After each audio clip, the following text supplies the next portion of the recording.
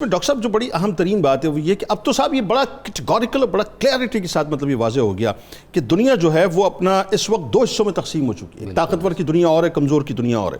اور ظاہر ہے یہ جو دو بلاکس باقاعدہ بن چکے ہیں, اس پہ ذرا گفتگو کیجئے کہ طاقتور جو مل کر کمزور کا استحصال کر رہے ہیں, اور کمال یہ صاحب کہ کمزور کا استحصال کرنے کے بعد آپ دیکھیے کہ کیا منافقت ہے اور کیا مطلب ایک یوں کہہ لیجئے کہ اپنا اداکاری ہے کہ اپنے آپ کو جو ہے وہ کمزور بنا کے پیش کریں اور اپنے آپ کو مظلوم بنا کے پیش کریں. بتائیے. بسم اللہ الرحمن الرحیم. جنید بھائی, آپ کا چینل کا میں شکریہ ادا کرتا ہوں, آپ نے مجھے موقع دیا. سر, میں اپنی گفتگو کا آغاز اور آپ کا یہ جو واضح طاقتور اور کمزور کا ڈفرنس ہے اس کے اوپر قرآن کا فیصلہ آپ کے سامنے رکھوں گا. سورہ نساء میں آیت نمبر 75 میں اللہ تعالیٰ فرماتا ہے, تم لوگ کیوں نہیں اللہ کی راہ میں لڑتے اور کمزوروں کے لیے جہاد کرتے کہ وہ جو مرد, عورتیں, بچے ہم سے دعا کرتے ہیں کہ اے ہمارے رب ہم اس سرزمین سے بچا لے جس پہ لوگ ہم پر ظلم کرتے ہیں, اور بھیج اپنی جانب سے وہ لوگ جو ہماری حفاظت کریں, اور بھیج اپنی جانب سے وہ لوگ جو ہماری مدد کریں. قرآن کا یہ فیصلہ سن لیجئے کہ جو آپ ابھی واضح طور پہ یہودیوں اور زائنسٹ کا پروپیگنڈا اور ان کے میڈیا کی بات کر رہے ہیں, قرآن نے یہ بات 1442-44 سال پہلے واضح کر دی. سر, ایک تو بڑی آئرنی ہے اور بڑی حیرت ہوتی ہے کہ جب ہم اپنے آپ کو مسلم امہ کو 57 اسلامی ممالک کو کمزور سمجھتے ہیں. اگر سٹیٹسٹکس میں آپ کے سامنے رکھوں تو 57 اسلامی ممالک OIC کے ممبر, ان سب کی اگر ملٹریز کو اکٹھا کیا جائے تو ٹوٹل تعداد 55 لاکھ بنتی ہے. اگر میں عرب لیگ کے ٹوٹل جغرافیائی کو اور عرب لیگ کے جو ممالک ہیں, عرب لیگ میں شامل عرب ممالک, اگر ان کے جغرافیہ کو اکٹھا کروں تو جو اسرائیل کی صہیونی ریاست اس وقت وہاں پر قائم ہے وہ ٹوٹل عرب لیگ کا 0.5% بھی نہیں بنتا. اور عرب لیگ کی ممالک کی بات ہو رہی ہے, عرب لیگ کے ابھی ممالک کی میں بات کر رہا ہوں. ابھی پوری مسلم امہ تو بہت بڑی ہے.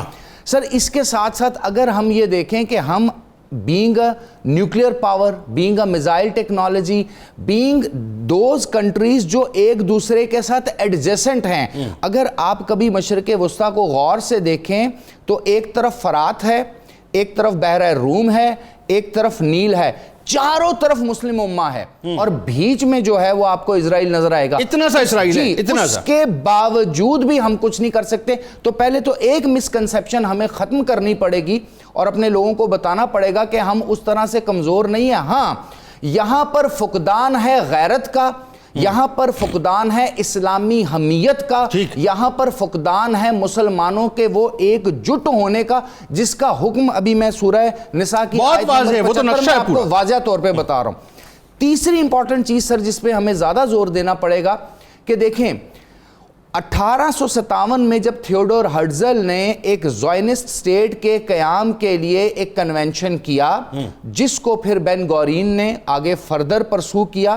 اس سے پہلے 1917, 1919, 1921 میں پورے کے پورے جو حجاز کا علاقہ ہے اس کو حصے بکرے میں ڈیوائیڈ کیا گیا. اس کے بعد 1948 میں صہیونی ریاست کا قیام کیا گیا. یہ یہاں پر رکنے کے نہیں ہیں, یہ آگے آئیں گے ٹرانس جارڈن کی طرف. انہوں نے گولان کی پہاڑیاں قبضے میں کی ہیں, اب ان کا لیبنن, ویسٹ بینک پہ پورا قبضہ ہے, ویسٹ بینک پہ قبضہ ہے. لیبنن کی طرف وہ آئیں گے, عراق کی طرف وہ آئیں گے, صحرائے سینا کی طرف وہ آئیں گے, اور آگے طرف بڑھتے بڑھتے ایران کے علاقے, یہاں تک کہ پاکستان کے جو بلوچستان کا ریجن ہے وہ بھی ان کے گریٹر اسرائیل کے پلان کا حصہ ہے. اور اگر ابھی ہم اس وقت بھی صرف یہ دیکھیں گے کہ مشرق وسطیٰ کا, مڈل ایسٹ کا ایشو ہے, یہ مسلمانوں کی وحدت کا اس طرح سے ایشو نہیں ہے, یہ تو ایک انٹرنیشنل کانفلکٹ اور ٹیریٹری کا چل رہا ہے, تو وہ وقت دور نہیں جب ہمیں اپنی اس سرزمین کے اوپر بھی جہاد کا علم یہودیوں کے خلاف بلند کرنا پڑے گا. اور میں اس کی طرف ایک اشارہ کرتا چلوں, 2019 میں جب پاکستان پہ بھارت نے حملہ کیا تھا تو وہ جو 2 پائلٹ آئے تھے اس میں سے ایک یہودی پائلٹ تھا, اور یہودی کمانڈر انڈیا میں انتظار کر رہے تھے اگلے فیصلے کا, جس کا پھر ہم نے 2019 میں جواب دیا.